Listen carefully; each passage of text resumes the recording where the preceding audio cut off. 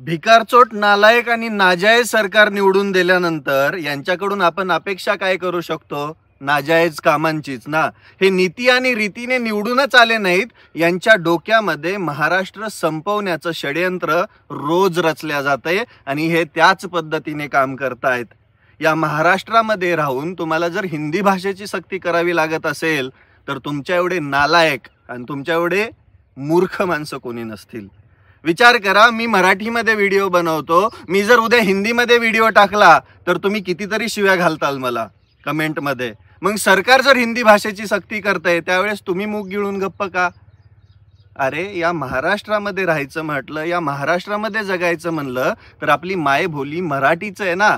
या मराठीला अभिजात भाषेचा दर्जा असताना, या भारताची रचना प्रांतावरून भाषेवरून झालेली असताना तुम्हाला दुसरी कोणती तरी भाषा या महाराष्ट्रावर लादायची काय गरज आहे ना? अरे भिकार चोटांनो, अरे सरकारमधल्या भिकार चोटांनो, सगळ्यात आधी एक गोष्ट लक्षात घ्या.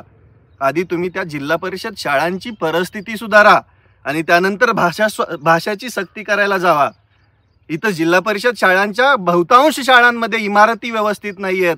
लेकरांना शिक्षणाचा दर्जा जो भेटतोय तो अगदी खालच्या पातळीचा आहे. जिल्हा परिषद शाळा संपायला आल्या, त्याच्यावरती तुम्ही काही उपाय केले नाहीत. पण तुम्हाला काय करायचंय? भाषेची सक्ती करायची आहे. इथं भांडणं लावून द्यायचे आहेत, इथं लोकांना जगू नाही द्यायचंय. सुधरा रे, सुधरा.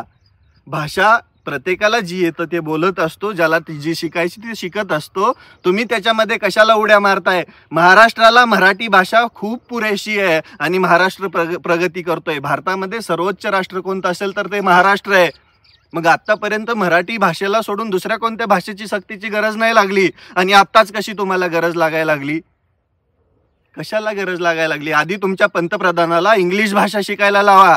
ते G7 मध्ये जाऊन हिंदीमध्ये बोलताय आणि तुम्ही लागला तिथं मराठी भाषा सोडून हिंदी भाषेची सक्ती करायला. आधी जिल्हा परिषद शाळांचं लेकरांना भेटणाऱ्या शिक्षणाचा दर्जा सुधारा आणि त्यानंतर भाषा सक्ती करायला जावा. नाहीतर हे मराठी, या महाराष्ट्रामध्ये राहणारा प्रत्येक मराठी माणूस, ज्याला मराठी भाषा कळते, ज्याला मराठी भाषेवरती प्रेम आहे, तो दंडुका हातात घेईल आणि तुमच्या ढुंगणावर मारेल. याचा विचार नक्की करा.